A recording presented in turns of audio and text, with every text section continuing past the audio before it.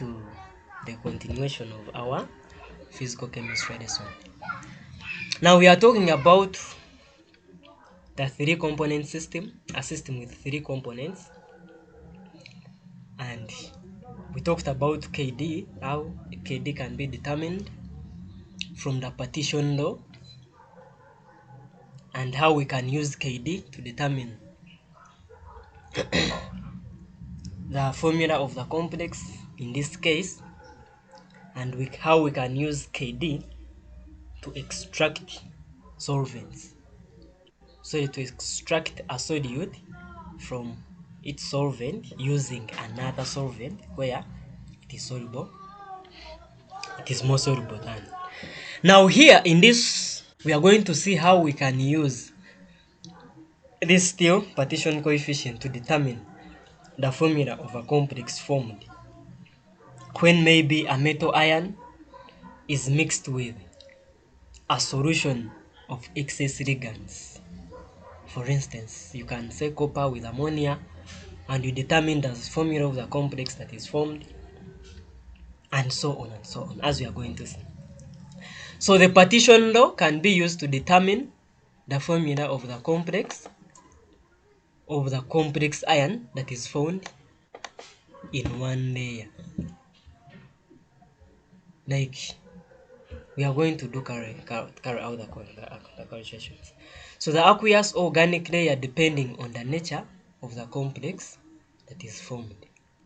Now if the complex formed is ionic, then it will obviously dissolve in the aqueous layer.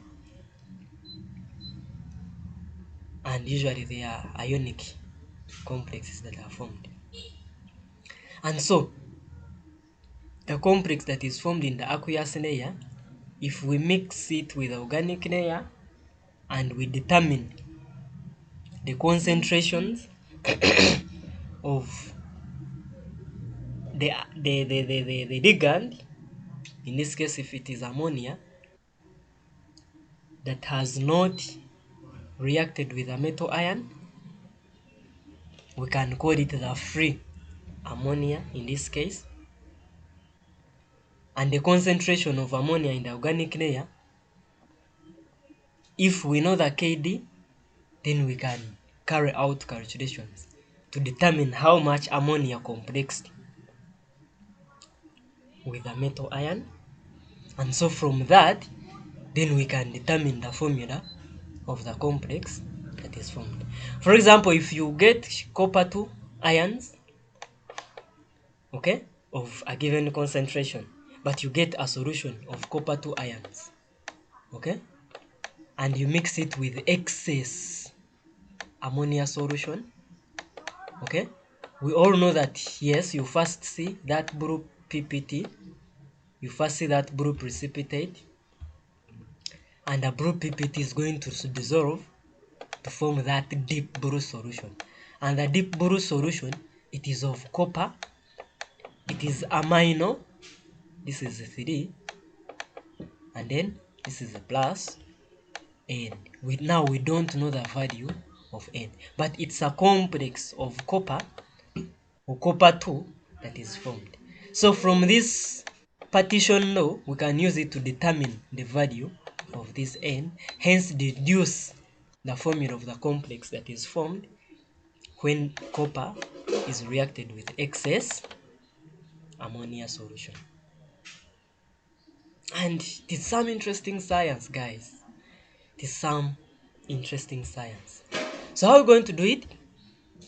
If we shake excess ammonia, okay, you have your ammonia solution, excess of it, and you shake it with a standard solution, okay, of copper 2 ions,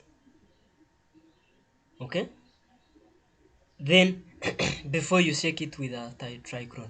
So you get your ammonia solution, excess of it, and you shake it with, or you add copper 2 ions, maybe it can be copper 2 chloride, copper 2 sulfate, copper 2 nitrate, as long as it's a solution containing copper 2 ions.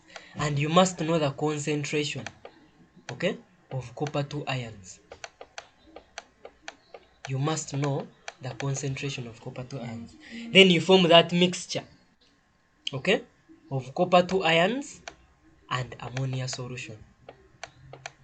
Now, remember, ammonia will be in excess. In this case, it is going to be in excess. Now you get this mixture of copper 2 ions and excess ammonia solution. You shake. Actually, it is real shaking, guys. It's not mere shaking. It's real shaking. You shake it with trichloromethane layer. This is the organic layer. In a stoppered separating funnel. Obviously, some ammonia solution is going to dissolve in the trichloromethane layer. Okay, this is Cl3. Now, some ammonia is going to complex with copper before shaking. Some ammonia would have complexed with copper. Okay, and also some ammonia will be free in the aqueous solution. That when you shake, then one of the free ammonia in the aqueous solution, I'm going to illustrate that, have no worries. But let's first see some science. Some of the free ammonia in the aqueous solution is going to dissolve where? In the organic layer, such that you obtain the distribution coefficient. Or when you leave it to attain an equilibrium, they are going to dissolve in a layer in such a way that the concentration of ammonia in the organic layer plus the concentration of free ammonia in the aqueous layer, I mean the ammonia that has not complexed with the copper 2 ions, if you get that concentration, it is going to be a constant, or it is going to be constant. And that constant is what we said, it's Kd. And so from that Kd, then you can determine how much ammonia complexed with this, and from how much ammonia complexed with this, then you can determine the formula of the complex. So now the issue is, how are you going to determine the concentration? The mixture is left to stand so that you attain an equilibrium, and after you've attained the equilibrium, then you pipette or you separate. Now you can separate the two layers since they are insoluble, and then you titrate the layers, all the layers, because you've been knowing the volumes, and you titrate these layers, these individual layers with excess HCl. We have been doing all this, so that's why I'm not dwelling much into more. So you titrate with the standard solution of HCl using phenolphthalein indicator, and you get the concentration of ammonia in both the organic and the aqueous layer. And so if you know the concentration of ammonia in both the organic and the aqueous layer, you know the Kd, you can determine the formula of the complex if you do all those reactions. Let me do some illustration. You have, maybe you're carrying it out in a separating funnel. Maybe this is my separating funnel.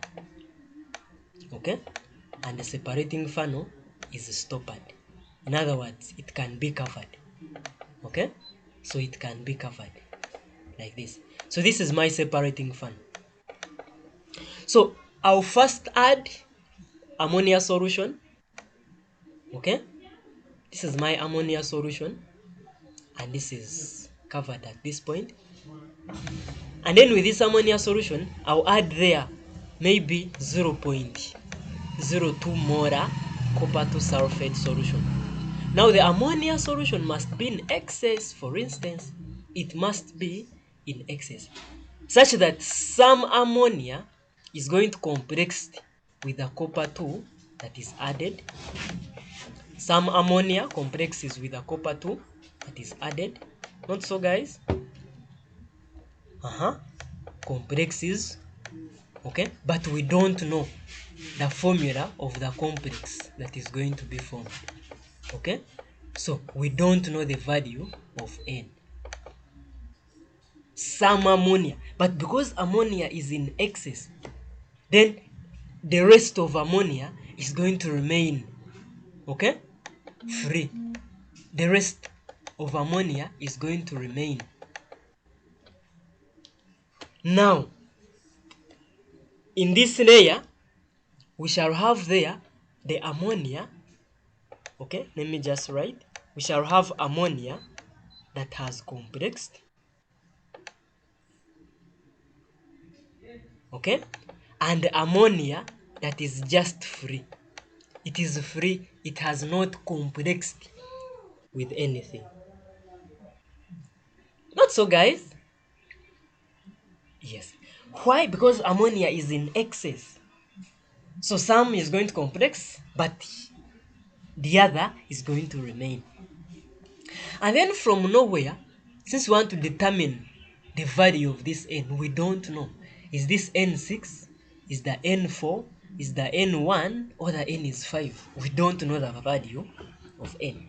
So what shall we do? We shall get our organic layer and we add it.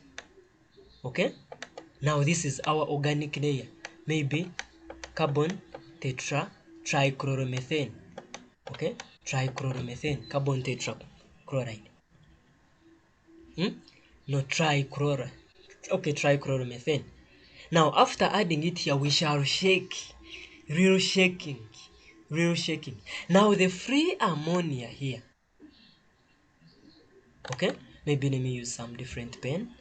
The free ammonia that is formed as you are shaking, some of the free ammonia is going to dissolve in this organic layer,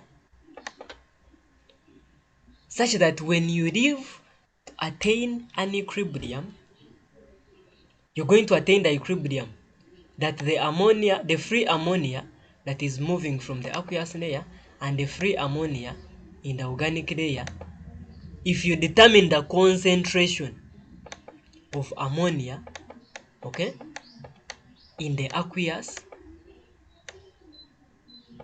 and you get the ratio of the ammonia in the aqueous, okay, and the ratio of ammonia in the organic layer, then that ratio is equal to a constant, and that constant is Kd. So if we know the Kd, then you can determine the ammonia in the organic layer. So you titrate the ammonia in the organic layer and determine how much. Then you can use this to determine ammonia in the aqueous layer, which is simply ammonia in the aqueous times Kd. But remember, if okay, let's continue. I'll talk about that after reaching that stage. So basically, oh, we have a question? It's okay. It's okay. It's okay. Now we have the Kd, okay, which is equivalent to the concentration of ammonia, okay, to the concentration of ammonia in the aqueous layer out of the concentration of ammonia, not so, in the organic layer. So this is our Kd. Now, if you titrate these two layers, this was your separating funnel, okay, this was your separating funnel stoppered. You have the aqueous layer and you have the organic layer, and the aqueous layer has both ammonia, okay, that is complexed, plus ammonia, okay, ammonia that is free. Let's call that free ammonia. But this one has ammonia in the organic, okay, ammonia in the organic. So if you titrate the whole of this solution with HCl, here you determine ammonia in the organic, and you determine the whole of the concentration of ammonia in the aqueous layer, okay, and the concentration of ammonia in the aqueous layer has two. The one that has complexed with the copper 2 ions and the one that is still free, okay, that has not complexed. And remember, the one that is free, it is the one that will attain that dynamic equilibrium, with the concentration of ammonia in the organic layer. So your KD is concentration of free ammonia. Let's even write it. Free ammonia in the aqueous layer and ammonia in the organic layer. But we have seen if you titrate the aqueous layer with HCl, the value that you shall get, it is going to be for the overall ammonium ion, for the overall ammonia in the aqueous layer. And we have seen that the overall ammonia in the aqueous, okay, overall ammonia in the aqueous is equal to both the ammonia that has complexed with the copper, not so? I told you square brackets mean concentration. So ammonia that has complexed with copper, okay, complexed, plus the free ammonia that remained, okay, that attained an equilibrium with ammonia in the organic layer. So we can call this one ammonia free. But now, so this is, you get this by titrating, okay? But you get this, you have the KD, not so? And the KD is ammonia free in the aqueous layer divided by ammonia in the organic layer. So from this formula, from this, can't we get the formula for ammonia free? Yes, we can. Just multiply this. So the concentration of ammonia that is free in the aqueous layer is equivalent to KD times the concentration of ammonia in the organic layer, okay, in the organic layer. You know this by titration. You know KD, it is always given. Can't you determine this? Yes. Now you know this by titration. You've gotten this.